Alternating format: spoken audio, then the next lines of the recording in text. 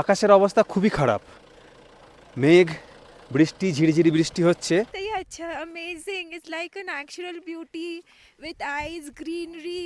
ঠিক এই সামনে হচ্ছে পুরো কাঞ্চনজঙ্ঘা, যখন রৌদ্র থাকে আকাশ পরিষ্কার থাকে একদম ঝকঝক করে দেখা যায়। জল কালো। বুদ্ধিস্টদের ওটা ধর্মীয় বিশ্বাস যে সেখানে জলটা পবিত্র, হাত দিতে দেওয়া হয়। পশ্চিমবঙ্গের উচ্চতম স্থান সান্দাকফু। এখন সেই সান্দাকফুতে আমরা আছি। পাহাড় আজ এক অন্য রূপে, চেনা সব রং মুছে গেছে, চারিদিকে শুধু সাদা নীরবতা। চলুন দেখে নেওয়া যাক বরফে ঢাকা সান্দাকফুর এই অনন্য যাত্রা। গুড মর্নিং, সকলকে স্বাগত জানাচ্ছি এক্সপ্লোরার অমরজিতের নতুন আরেকটি ট্রাভেল ব্লগে। আমরা এখন এসে উপস্থিত হয়েছি এনজিপি স্টেশনে। পেছনে আমাদের গাড়ি আছে, এই গাড়িতে করে আমরা আমাদের আজকে ট্রাভেল জার্নি শুরু করব। আমাদের সঙ্গে আছে আমাদের আসিফ দা, ছোটন দা, ওইখানে আছে বিপুল দা, আর হচ্ছে তার ভাই বিক্রম। আমাদের মূলত ডেস্টিনেশন হচ্ছে সান্দাকফু। সেটা যাওয়ার জন্য আমরা প্রথমে এখান থেকে যাব মানেভঞ্জন, তাই তো আসিফ দা? মানেভঞ্জন যাব এবং সেখান থেকে আমরা সান্দাকফু যাওয়ার গাড়ি ধরবো। তাহলে সঙ্গে থাকুন, আমরা আমাদের ট্রাভেল জার্নি আপনাদের সঙ্গে শেয়ার করব। আমাদের গাড়ি ছেড়ে দিয়েছে, আমরা রওনা দিলাম। ঘড়ির কাঁটায় এখন প্রায় 4:45 বাজছে। এই পাশে বিপুল দা, এই পাশে আসিফ দা আর ছোটন দা, আর সামনে আছে আমাদের বিক্রম ভাই।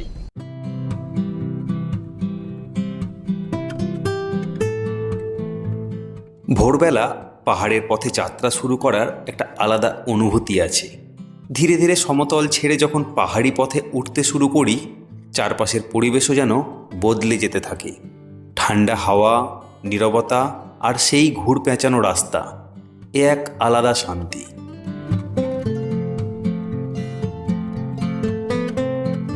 আমাদের যাত্রার প্রথম গন্তব্য মানেভঞ্জন।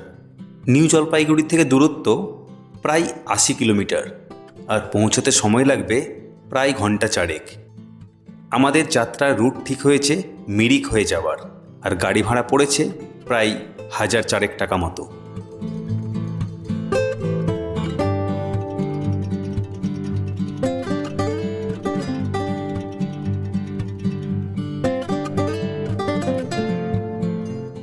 আমরা এখন দার্জিলিংয়ের মানেভঞ্জনে এসে পৌঁছে গেছি। প্রায় অনেকক্ষণ আমরা গাড়িতে কাটালাম। মিরিক হয়ে গোপালধারা হয়ে আমরা এখানে পৌঁছালাম, এবং এখানে পৌঁছে এবার আমাদের পারমিট করতে হবে সান্দাকফু যাওয়ার জন্য। মানেভঞ্জন সান্দাকফু যাত্রার প্রবেশদ্বার। সিঙ্গালীলা জাতীয় উদ্যানের গেটওয়েও বলা হয়ে থাকে এই জায়গাটিকে। সমুদ্রপৃষ্ঠ থেকে প্রায় 2150 মিটার বা 7100 ফুট উচ্চতায় অবস্থিত এই ছোট্ট পাহাড়ি গ্রামটি ট্রেকিং প্রেমীদের জন্য খুব ভীষণ পরিচিত একটি জায়গা। এই গ্রামের আরেকটি বিশেষ পরিচয় হলো একে ল্যান্ড রোভারেরও গ্রাম বলা হয়। ভারতের মধ্যে সম্ভবত এখানেই সবচেয়ে বেশি পুরনো ল্যান্ড রোভার গাড়ি দেখা যায়।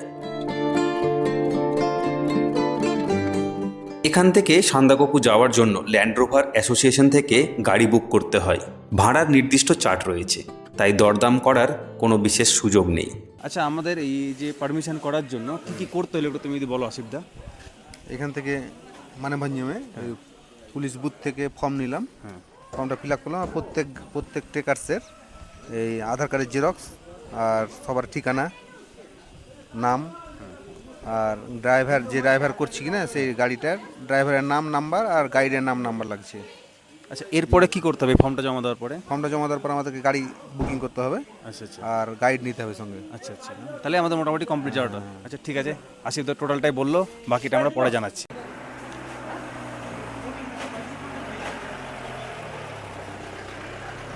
ঘড়িতে এখন সময় প্রায় 11:15 হচ্ছে। আমরা যে মানেভঞ্জন থেকে গাড়ি বুক করেছি সেই গাড়িটা ইতিমধ্যে রওনা দেবে। উপরে আমাদের গাড়ির প্যাকিং হচ্ছে, আর এই হচ্ছে আমাদের গাড়ি, দেখতেই পাচ্ছেন। এই গাড়িতে করে আমরা যাব, জাস্ট আর মিনিট 5-7 মধ্যে আমরা রওনা দেব।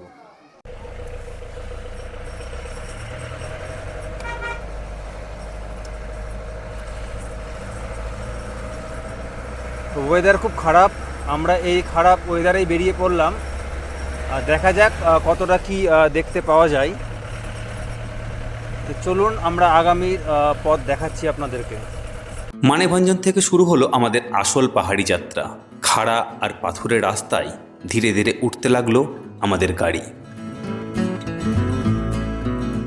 এই পথে একে একে পড়বে চিত্রে, মেঘমা, টুংলু, টুংলিং, গৈরিবাস, কালোপুখুরি আর তারপরে আমাদের গন্তব্য সান্দাকফু। আমাদের এই পুরো যাত্রার গাড়ির ব্যবস্থা করেছে প্রেমা তাসি দাদা। তার নম্বর স্ক্রিনে দিয়ে দিলাম, আপনাদের কাজে লাগতে পারে।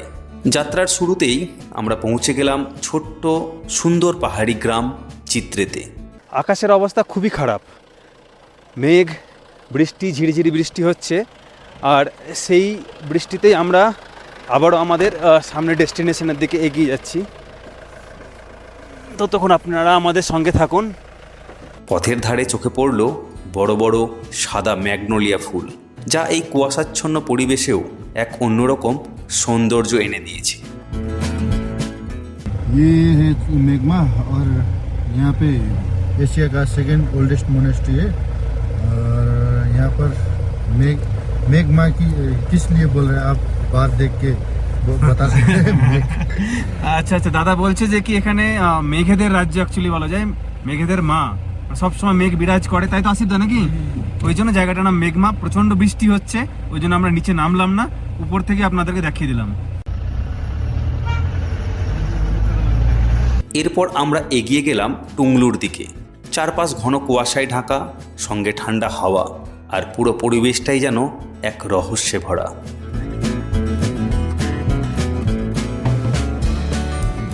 দেখতে দেখতে আমরা প্রায় 10,000 ফুটেরও বেশি উচ্চতায় চলে এসেছি। জায়গাটার নাম হচ্ছে টংলু। ঠিক এই সামনে হচ্ছে পুরো কাঞ্চনজঙ্ঘা, যখন রৌদ্র থাকে, আকাশ পরিষ্কার থাকে, একদম ঝকঝক করে দেখা যায়, অপূর্ব সুন্দর সিন। একদম ঠিক এই সামনে কাঞ্চনজঙ্ঘা।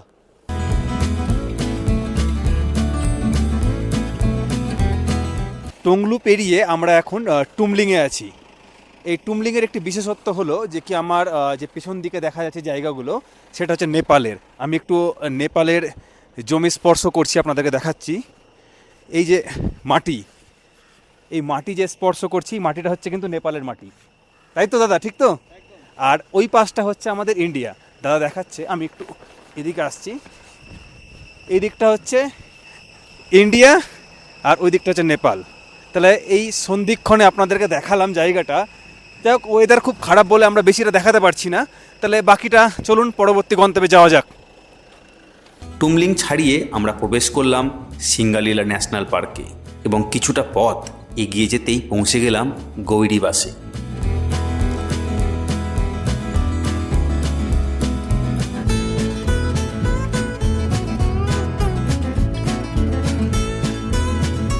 আবারও অনেকটা পথ পেরিয়ে এখন আমরা এসেছি গৈরিবাসে। এখানে আমাদের দুপুরের লাঞ্চ আমরা করব। ছোটনদা আছে। ছোটনদা, এটা কি গ্রহণ করেছো তুমি? আমি এটা একটা ফুলের রসের ওয়াইন। আচ্ছা, ফুলটার নাম কি? রডোডেন্ড্রন। আচ্ছা, রডোডেন্ড্রন। বাকিটা চলুন দেখি। আজকে ওয়েদারটা তো খুবই বাজে।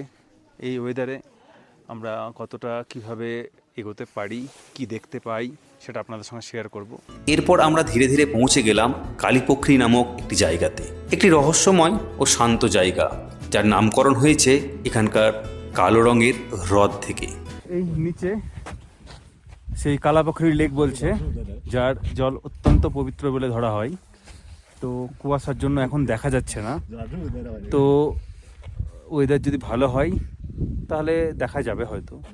তো আমরা আজকে সকাল থেকেই এই ওয়েদারকে নিয়েই আমরা আমাদের যাত্রা শুরু করেছি। আশা করছি শেষেও কিন্তু এই ওয়েদার নিয়েই যাত্রা শেষ করব হয়তো। দেখা যাক কি হয়। এখান থেকে দুই দিক দিয়ে যাওয়া যায় সান্দাকফু, একটি ভারত হয়ে আর একটি নেপাল হয়ে। আমরা নেপালের রুট ধরে এগিয়ে চললাম। এবার শুরু হলো আমাদের যাত্রার সবচেয়ে অ্যাডভেঞ্চারাস অংশ। এতক্ষণ পিচ ও ঢালাই রাস্তা থাকলেও এখন পুরোটা অফরোডিং। রাস্তার দুই ধারে এতটা খাড়া পথ, যদি কুয়াশা না থাকতো তাহলে মনে হয় যাত্রার অ্যাডভেঞ্চারটা আরও বেশি বেড়ে যেত। যাই হোক, রাস্তার দুধারে জমে থাকা বরফ ধীরে ধীরে জানান দিচ্ছে আমরা সান্দাকফুর খুব কাছাকাছি পৌঁছে গেছি। ঘড়িতে তখন দুপুর 2:30। অবশেষে আমরা পৌঁছে গেলাম সান্দাকফুতে।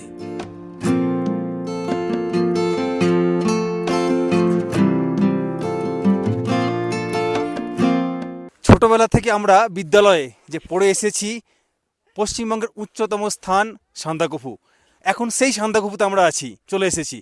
এক স্বপ্ন পূরণের কথা বলা যেতে পারে এখানে, যে কি সান্দাকফু চলে এসেছি এবং সান্দাকফুতে এসে এই ফ্রেশ বরফ, এই দেখতেই পাচ্ছেন যে কি এই বরফের মতো আমার মনে হয় মজা আর কোনো কিছুতে করা যাবে না।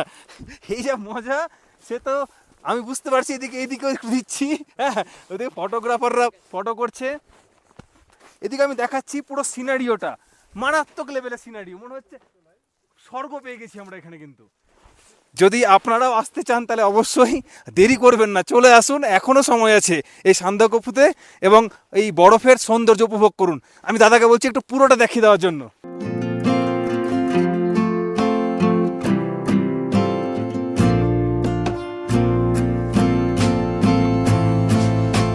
তিন 3636 মিটার উচ্চতায় অবস্থিত এই জায়গাটি পশ্চিমবঙ্গের সর্বোচ্চ শৃঙ্গ।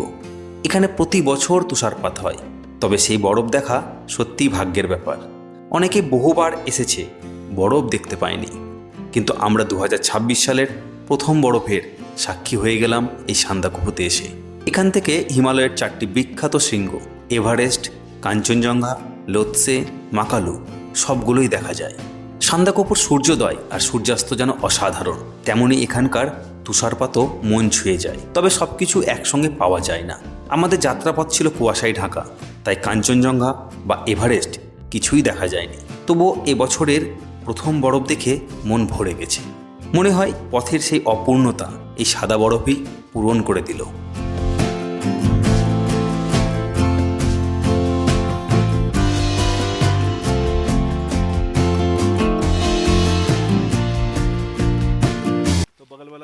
अच्छा अच्छा, हम लोगों का ये बहुत बड़े अच्छा, हम लोगों का प्लान है, हम लोग यहाँ से जाके ठाकुम वैली में रहेंगे, वहाँ से कल ट्रेकिंग होगा हम लोगों ना का। हम लोग भी आज घूमने जाएंगे बोले थे ठाकुर, किंतु अभी जो मौसम देख के यार बोल रहा है हम लोग का ट्रेकिंग है, ट्रेकिंग वहाँ से फालूट ट्रेकिंग है कल, उसके बाद अगले दिन गोरखे ट्रेकिंग है, उसके बाद गोरखे से भी श्रीखोला है एक ट्रेकिंग है, पूरा ट्रेकिंग पूरा फालूट में रुकेंगे, नहीं बाई रोड ही जाएंगे, लेकिन हाँ हाँ वॉकिंग।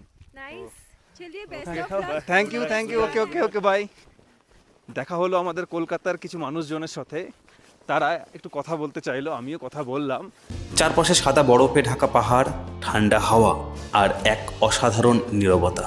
মনে হচ্ছিল পুরো পাহাড়টাই যেন সাদা ক্যানভাসে বদলে গেছে। এই মুহূর্তটাই ছিল আমাদের পুরো যাত্রার সবচেয়ে সুন্দরতম অভিজ্ঞতা। সান্দাকফুর এই বরফে ঢাকা অভিজ্ঞতা আমাদের যাত্রাকে এক অন্য মাত্রা এনে দিয়েছে। এখান থেকেই আমাদের ট্রেকিং শুরু হওয়ার কথা থাকলেও খারাপ আবহাওয়ার জন্য আমরা একটু এগিয়ে গেলাম ঠাকুম ভ্যালির দিকে। সেখান থেকেই আগামীকাল শুরু হবে আমাদের ফালুট ট্রেকিং। সেই অ্যাডভেঞ্চারাস অভিজ্ঞতা নিয়ে দেখা হবে পরবর্তী পর্বে।